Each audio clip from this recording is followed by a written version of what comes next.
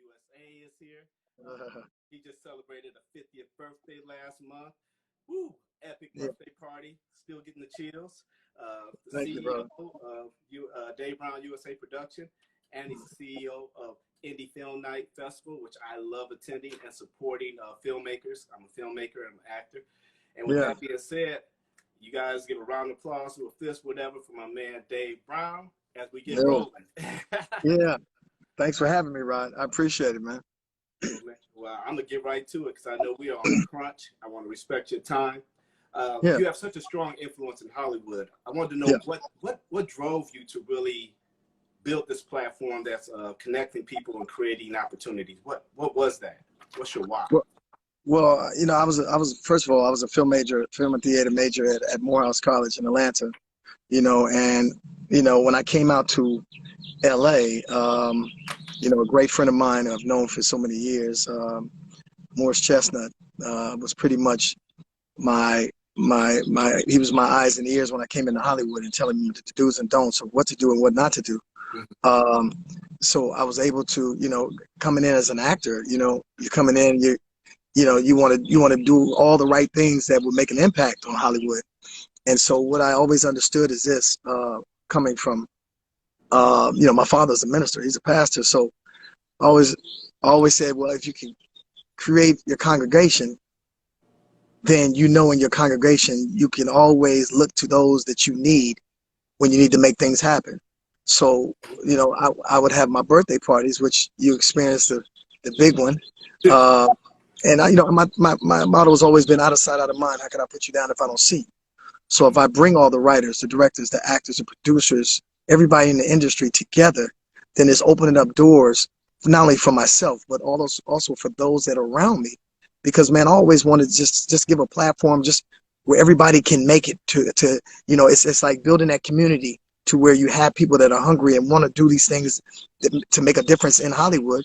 You bring them all together, you're bound to connect some dots, make some things happen, people reconnecting with one another, Yeah. So it's a great situation, at hand. Oh man, I love that. And so like when we come to your events, because I have a great time at your events, whether Mhm. it's a party, I remember you had the Sunday football. Yeah. Man, I miss that, man. I was like, all that stuff. But what do you want people to have as their takeaway when they come to your events? Like, what do you want them to feel like when they leave? Well, I think, I've always been that guy that's, even if I had any events and stuff that I was producing, um, I want people to know that, I'm not just the guy just sitting up there enjoying the event. I walk around to make sure everybody is enjoying themselves. You know what I'm saying? And if I know that everybody's enjoying, because when people come to any of my events that I produce, it's like coming into my house. First of all, you don't want anybody in your house that's not going to have a great time, or is not enjoying themselves, or is not going to act right. So, I've always kept any event that I produced, I kept it list only to where people can come in that were invited, because you bring those in. It makes it more exclusive, and that you're bringing those that have that same like-minded ideals of things becoming great. Yeah. So that's where, when they come in, I always want everybody to have a great time, just to know that we know, and which is so many years, everybody knows that when Dave Brown is having something, we know, they know what they're going to get. They That's know right. what type of audience is going to be, and then the energy, because it's not my 50th, but I say my 25 times 2, as we always say. Look, I got somebody here saying I miss our Sunday football too. Jill Marie Jones, Yeah. but these moments, man, it's like it's moments that you can never forget. When I was standing up there for my 25 times 2 and looking out, and I remember you were there, the love in the room was just, the energy was just so on point. Right. It was like, and they say that my birthday party was the BC party, before Corona. And it was before that, and that was probably the last party that everybody had experienced before they went into closure. So just knowing that, and God's blessings that I didn't get any calls from anybody that said that they being at that party, because there's over 3,500 people there. Yeah. Wow. Wow. There's over 3,500 people there. And so I didn't get anybody hitting me saying, oh, they got the virus in there, or, you know, they got sick after that, which is thank God, you know. But I think that the hands to be, which is God, was over that. He was over that event because it's a little secret. Let me tell you. Yeah. My birthday is actually on the 12th. Really? My birthday's on the 12th. And so, being that my birthday's on the 12th, I tried to do the party that week, and they said, nope, something is already attached to that place on that day. Okay. I was like, yeah, March 6th. I said, well, if it's got to be March 6th, give me March 6th. It don't matter. You know, my birthday's going to be celebrated all week anyway. That's right. And so I did the birthday party on the 6th, and thank God, because if I didn't, guess what would happen? Remember, everything went down the next week. So the people that was doing the party on that day weren't able to do it anyway. Right. So it was a great situation, great celebration, man. And when I say the love was in the air, man, it's not one person that just hit me and said, hey, that was one of the parties of the decades, because it was just a beautiful bunch of people coming back together, reuniting, bringing everybody back together, and it was great. You know, we had some great DJs. You know what I'm saying? We had DJ Q Nice, and everybody going. You know, DJ Twin, you know, was there because I had both sides going. So it was a great experience, brother. Oh man, I'm having a little audio problem. Hearing like it's going in and out. I think you're on mute. Okay, can you hear me better? Okay, I can hear you. Okay, cool. All right. You recently traveled to Accra, Ghana, which I've had the opportunity to go there before. What was your most memorable moment when you was there? Because I was looking at your pictures and I was like, I can meet my wife so we gotta get back over there. Let's see. Say that again, because I think I can't hear you. Can you hear me a little better? Hold on a second. Okay. Hold on 1 second. All right. Maybe this. All right. Okay. Now can you hear me? Okay, go ahead, Rob. Okay. I was just saying that you recently traveled to Ghana. And I was trying to find out what was your most memorable moment going there, because I had the opportunity to go there as well. Wow. When I went to Ghana in December. I went for Christmas and New Year's Eve. I was in Ghana, and then I was in Senegal for New Year's Eve. And, you know, I've been to Africa 4 times. I went to Africa when I was, first time when I was 14 years old. And, you know, my parents, you know, my brother and I went to Africa thinking, they said, we're going to go to Africa. So we were like, oh, okay, great. Tarzan, Jane, jungle. You know what I'm saying? We were like, oh my God, this is going to be incredible. So my parents keep thinking that as we were flying over to Africa, and then when we got to Africa, I saw there was a city just like any other city. And so then we were like, wait, Mom. We were like, Mom, Dad, wait a minute. Where's the jungle at? What's you know, we like, yo, we young. And I was like, my parents told me, they said, that's what we want you to understand. Don't believe everything that you see in the media, because you have to see it for your own eye. Yeah. And witness it and understand what Africa's all about. So when I went there, the most memorable moment was when I was in Ghana. I went to the dungeons. And wow, man, it must have touched me, because the castle was the place where slaves were taken before they were taken out to the waters, being shipped to the mainland. And so when you went in these places, they took us down into the dungeons, and you could feel the spirits in the dungeons, man. And it almost made you shut, because you were like, how they did our people, you know, put us there. There was like 200 people and laid down on the ground, chained, being raped, waiting to be transported to the boats to go to the mainland. And it's like, you know, you think about, it would tell us how many actually made it. And you would think, and it was there was a door that you went out. It was like the door of no return. Yeah. Which once you left out that door, you weren't coming back. And so all you could do is think of those that went through this, that died. These are people that came from, you say, tribes, and were kings and queens, or the first, you know, that really did a lot for their tribes and stuff. And next thing you know, they're brought into slavery and being taken and being put in dungeons. And the most eye-catching thing was this: down above those dungeons, were churches. To know that you were praising the Lord upstairs, but then you had slaves downstairs, made you go, what were these people thinking? And so that really that really touched me a lot when I went to Ghana and I was able to experience that part of lifestyle. And I'll never ever forget it, because I was able to take my daughter who's 13, and she was able to, well, she was 12 at the time. She's 13 now, but she was able to experience it. I'm glad it was a great experience for her. Yeah. It's powerful. At that time. I think every African American to go to Africa at least once. We need to get over it. I had an amazing time helping to build a school in Monrovia, in Liberia, too.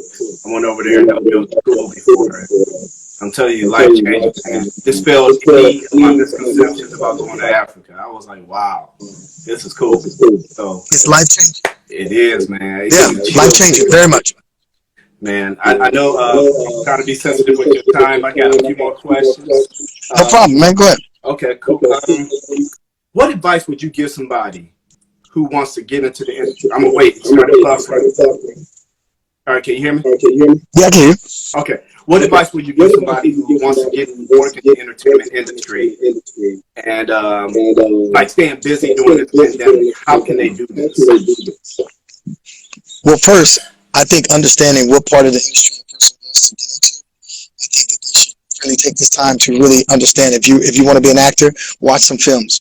Watch some people that are great actors that you see, that you like, and take that in.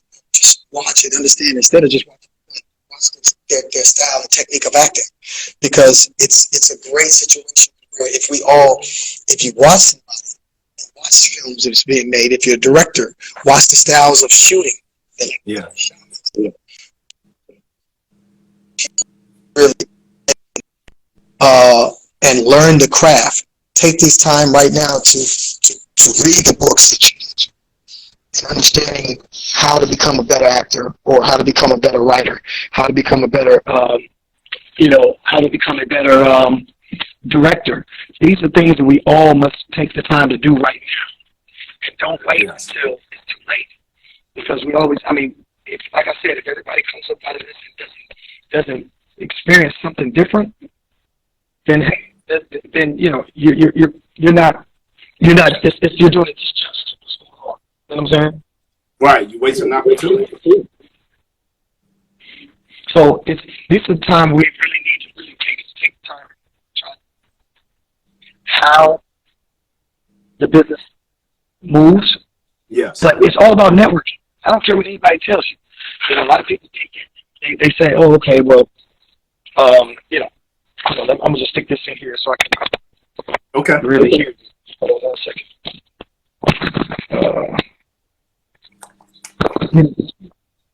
Really understand what Hollywood is really about when it comes to networking. It's not about what you know; it's about who you know. Yeah. And when you know people, you're able to make these different moves, because you can go out somewhere and talk to somebody and they know you and be like, okay, we're gonna give you this job. We got you. Yeah. You know what I'm saying? Whereas another person audition, they don't know them, and it's not about that. It's just that it wasn't fitting them. But there's some people that you go, well, how did this person do this role? But then all of a sudden they got in there and they tore up the role. Right. And I always like to let people understand this and tell people this. Even those that are actors, I really like to be honest and tell them, auditioning is just like taking an SAT. Okay? Mm-hmm. The SAT test is to say if a student can do college work. You know what I'm saying? Yeah. But not everybody's a good test taker. Doesn't mean that they can't go to college and do the work. Right. It's the same thing with auditioning. Not everybody's a good auditioner, but doesn't mean that when you say action, they ain't gonna rock the road. Because there's a lot of people that get nervous when you gotta be sitting. Come on. Audition, you're sitting at a table. You come in and there's a table, 7 people sitting in the room. You're like, oh my God, eyes is on you. Yes. But then at the end of the day, when you're in there doing the film, you got the saying and you've embedded that character and you study that character, so I don't want people to get discouraged and think that, oh, I went in and auditioned. Just put more time into learning how to audition. Yeah. To get over that hump. Because once you get in there, they say action. There's a lot of people just go in and start laughing. And that's what's very important that people have to understand. I remember when I was casting, I was casting this film called Maroon. And I remember that, my colleagues was asking, why do you give everybody a second chance when they come in? And I said, because I understand this and I understand what it is. Yeah. You're coming in and you're auditioning. Sometimes people are not a good auditioner. People can take direction. So now do it like this or do it like that, because that's what a director's going to do. Yes. You know what I'm saying? Yeah. So that's what is very important for everybody to understand. Man, I appreciate you sharing that, because that was one of the biggest hurdles I had to get over, was auditioning, because it's like you said, once I get a role, it's like, oh, I'm that character. I walk on the set, it's totally different because you got in the job. There's a different type of confidence in you. When you're going for that audition, you're feeling that, they staring at me. It's almost like it's like what's that one show, American Idol, that type of feel. You walk in, they sitting there looking at you. So you have to get past that psychologically. And that's one thing I've worked on doing. And the only way you can get over it is by auditioning. You got to audition. You got to get in the room. Over and over and over again. It's a process over and over again. I want to thank you, too, because when I first moved here and started getting involved in the entertainment industry, you were one of the first people who welcomed me in. Say, man. Come on, man. I see you hardworking, brother. Come on, hang out over here. Just meet some people. I appreciate that. So I tell everybody, you are a man of your word. So I appreciate it. And your brother, Amos. That's my dude. That's my dude. We cool like that. Well, I think, there's a lot of people who we have to realize and understand. And until we understand this, as people, I don't put color lines on anything. My thing is, in my life is all about no color lines. Yeah. I believe that we always want to network up all the time. Yeah. And the thing that we don't do is network across. The people that we need are right next to us. They're right around us. Yes. And see, if we understand the ability to want to work with one another and gradually get to that next level, this is what happens in Hollywood all the time. I guarantee you, like I tell people with my indie night, when they come to my film festival, I tell them, I say, hey, you're going to see somebody here tonight, you're going to be somebody that you're going to run into when you get on the set and say, oh, I met you at indie night. We have to understand, being in this quarantine, if this don't have people coming out and want to work with each other, this is what it's all about. Right. We have to understand that we need one another. And the person is right next to you. And what they can't give, you give it to you help them get there. Right. If they need you and they need a resource, help them. And vice versa. This is what we don't do enough of. And in Hollywood, and I'm gonna tell you this, especially in Black Hollywood, we need to stop it. We need to stop it. We need to start letting the hand down. I've seen so many people go up the elevator and don't sit it back down. And it's not going to help anybody at all. You know what I'm saying? But then I tell you this, it's crazy, because once that elevator starts coming back down, when they start coming back down and they pass you, go down and you start going up, now they want you to touch. They want to touch you and say, yo, whoa. But the thing about it is, like, you weren't even thinking about it. Yeah. But then again, two wrongs will make it right. So at the end of the day, even though they do that, you still help them. And this is what we don't have in mind. And it's called the slave residue, where we all sit up there and like, oh, I don't want that person to make it. I don't want that person to get bigger. We got to stop that. Yeah. There's enough room for everybody out here. And if we understand that everybody in the world has to learn how to work with one another, whether it be black, white, Asian, doesn't matter, Mexican, we all got to work with one another. Because we put each other up as mankind and not as a race. So mankind. Man, you're preaching right now. Life will be life will be something. My father's a pastor, man. I didn't get around it. I understand what it takes to make it happen. And so during this quarantine, all the stuff that we're going through, take note of it. Yeah. Take note of what's going on. Because there's situations right now, brother, that we got to understand that it could have, this is a double-edged sword of what we're going through right now. Yeah. And what I mean by that is this: there's a lot of parents that sit up here saying that they wish they could spend more time with their kids, right? Yeah. They're able to do that. Yeah. And that's great.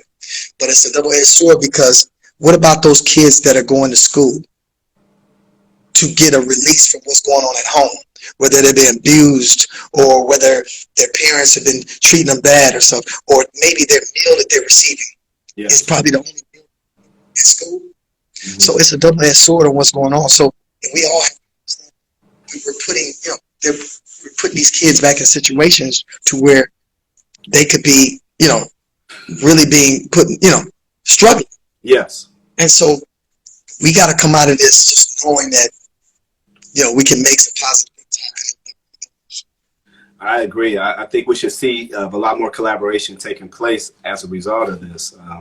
Even when I produced my own film, it came from relationships. Other actors that I knew, when I meet people, I'm always thinking, how can we work together? That's what I'm thinking, because yes, I want to get to know you and be cool, but we're trying to build enterprises out here. Each and every one of us are a company by ourselves. Right. So I'm like, how can we work together?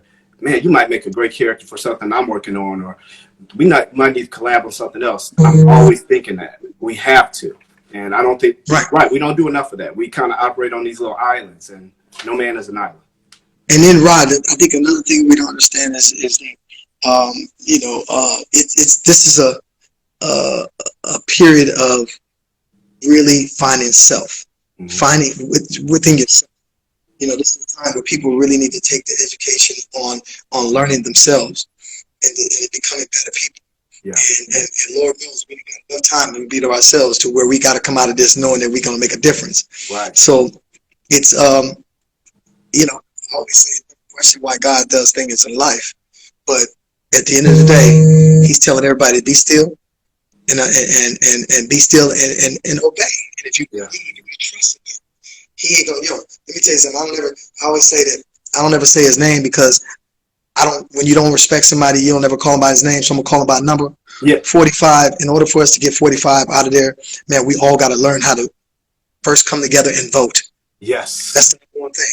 Now you understand, everything that's going on right now ain't got nothing to do with how much money you are, how rich you are, how much of a celebrity you are. You have to come out of this knowing that if we don't get 45 out of there and get their vote, it's going to make our lives even that much more of a hell the next 4 years. It can get really bad. People keep saying it can't get any worse. I'm like, man, it can always get worse. It can always get worse. It's like, I'm concerned about that.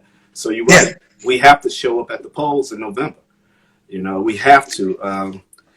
It's about 12:25. I do have a couple fun questions I want to get out here before I let you slide away from me. So I'm gonna start with this one. Give me your favorite celebrity story that you can tell us. God, you can't tell us all the celebrity stories. And if you need to marinate on that for a second, I got other questions while you're thinking about that. Okay, well, I think one of the craziest stories that I remember it was Oscar time here in LA. Mm-hmm. And I was at a CAA party, and it was Oscar, everybody was there. And I remember the door opening up of the place, and walks in Bill Clinton. All right. And it's crazy because he beeline straight to me. And I'm like, okay. And I said, well, I've got to be president. And so I put my hand out and I said, President Clinton, how you doing? I'm Dave Brown. I'm Dr. Amos C. Brown's son. So then he pulled me in and he says, David, I love your father. Your father's great. Your father got me elected. I really appreciate Amos, and Amos is, you tell Amos and Jane, I said, you're really good. Your father is wonderful. He's great. And so you got to understand this. I'm in a CA party where everybody and their mama is there, like all the celebrities. So they all looking at me like, what in the hell is Dave saying to the president? So then right behind me was Jamie Foxx. And he was like, well, Dave Brown, everybody else say hello to the president? And I said, Fox, he knows my dad. You know what I'm saying? He knows. Yeah. And so, and then, he looks and says, "Oh yeah, Amos Brown is great. He's the greatest." And so it really taught me and showed me that the foundation that my father instilled in me, and making me understand that the number one thing, the only thing you own in life is your brand. Mm. When you dirt your brand, you're done. So every time you step out in Hollywood, everything you do, you have to understand that your brand is something that everyone should want to respect and want to love, and only you're the only one that puts your brand out there. Yes. You know what I'm saying? And so I knew that my father had built a great brand, and I take that to heart. And one of the experiences I've never experienced that, and understanding of who my father was and how he did things, because he was a great. My father's great. He's still living. My father was from Mississippi, so Medgar Evers was my father's mentor. Wow. And Medgar Evers brought my father at the age of 15 to the NAACP, where my father became the president of the youth group in the NAACP. At that time, he's when he met Martin Luther King. Whoa. And Martin Luther King told my father to go to Morehouse. And so when he went to Morehouse, Martin Luther King came there and only taught one semester, but he taught 8 students. All 8 of them became big time in the civil rights movement. My father, Dr. Amos C. Brown, Julian Bond, everybody knows Julian Bond, and 6 others. All 8 of them became big time in the civil rights movement. So right now, I'm doing a documentary called The King's Disciples. Wow. Because all 8 of them became in the civil rights movement. Because my father still, he had the syllabus, he has the call sheets, he has all his notes and everything, and it's in D.C. Wow. At the Black Museum. And so they asked us to give it to them, but I said, no, we can keep it in our family, but we'll loan it to you. Yes. And so when you grew up around these type of things, it's like these are experiences I'll never ever forget. Like another one, being young, I think I was like 12 years old, and the phone ringing at the house, Rodney, and I answered the phone. I said, hello.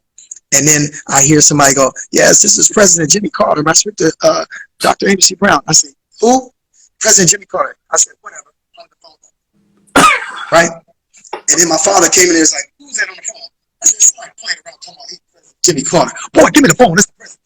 Not knowing the statue that my father had built as a minister, and how he it was moments in my life I'll never ever forget, And so that's when I understood. I said, hey, when I move in Hollywood, I got to move a certain way. Yes. I got to create something that is something that everyone can get something out of. That everybody can move forward and make a step in life, because, I consider myself a pioneer and really trying to help people, giving out the opportunities and bringing people together. Yeah. I'm a pioneer in it.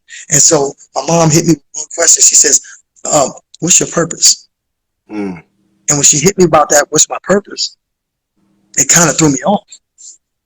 And she says, okay, now you know your worth. Now what's your purpose? And so then I had to start thinking about it. I said, well, you know what? That's when I started Indie Night Film Festival. And I said, you know what? My purpose is this, to go back to do what I said I came here to do.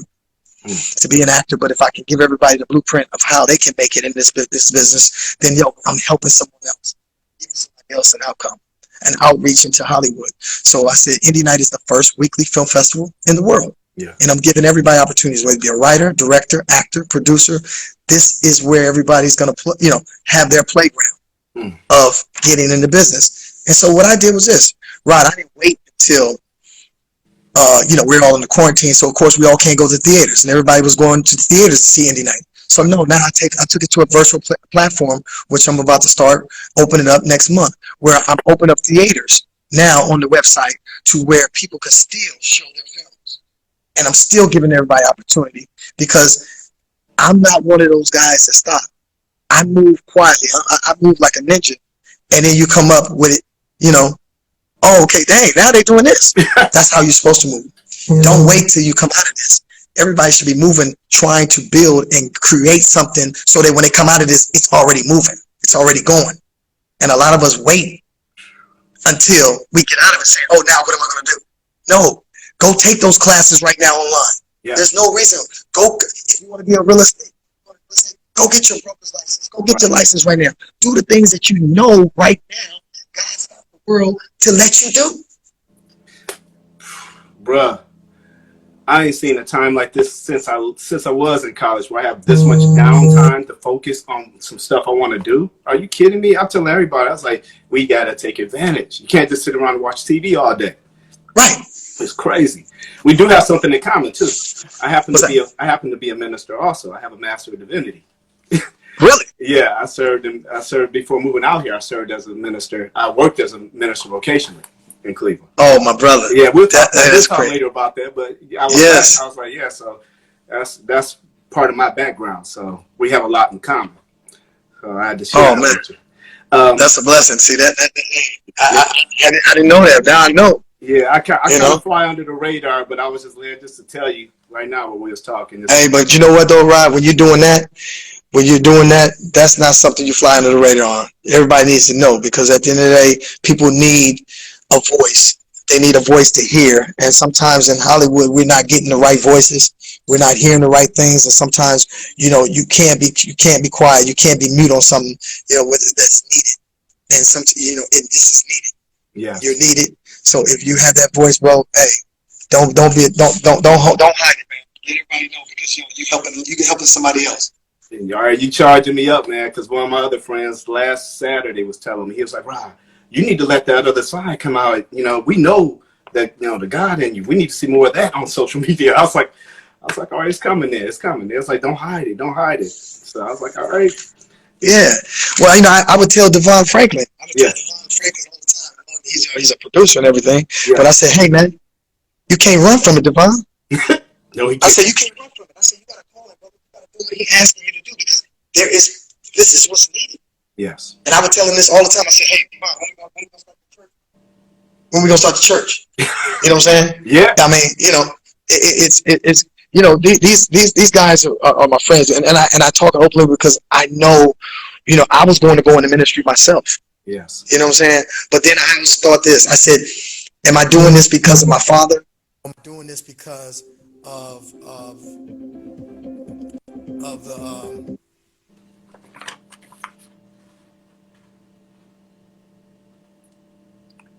He'll be right back. Bam. Yep.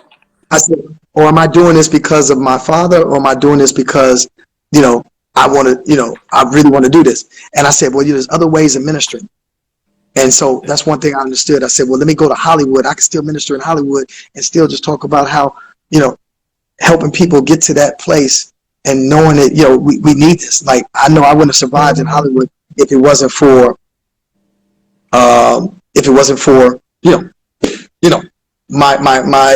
my beliefs. Yes. So it's a great thing. Don't hide it, bro. Let it go. Well, man, I tell everybody, I'm a minister to Hollywood too, man. There are so many ways to use your gift, and I see the gift in you and your brother. And, I appreciate it. And you don't have to be like, we use it. We think we just got to be inside the four walls. It's like, no, man. It's like, this is the church right here, man. You talking? That's this it. is. That's it. So That's it. Like, it's beautiful, man. Just showing love and helping encourage people. That's what we're supposed to be doing, man. Helping people live to their fullest potential. It's 12:36. I gotta respect my man's time. Everybody, you guys, thank you all for signing in. I think we had a whole bunch of people logged in. I kept watching; it was blowing up. Yeah, man.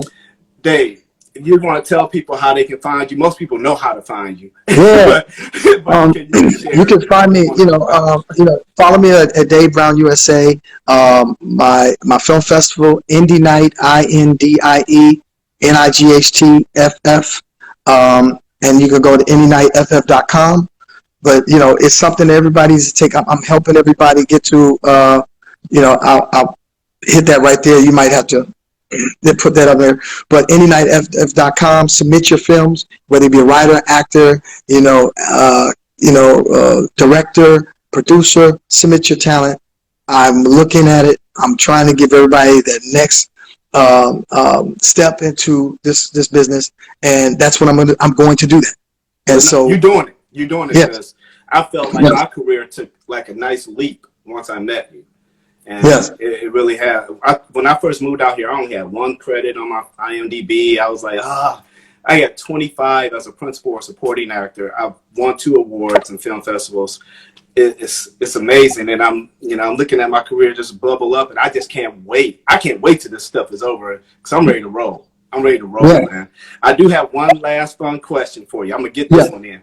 If you are an R&B singer, what would be your stage name? Because I know you had a group before, and you still have. I think my stage name would just be Dave Brown. You know what I'm saying? Yeah. It's a brand that is already built all throughout Hollywood and the United States. Dave Brown is it.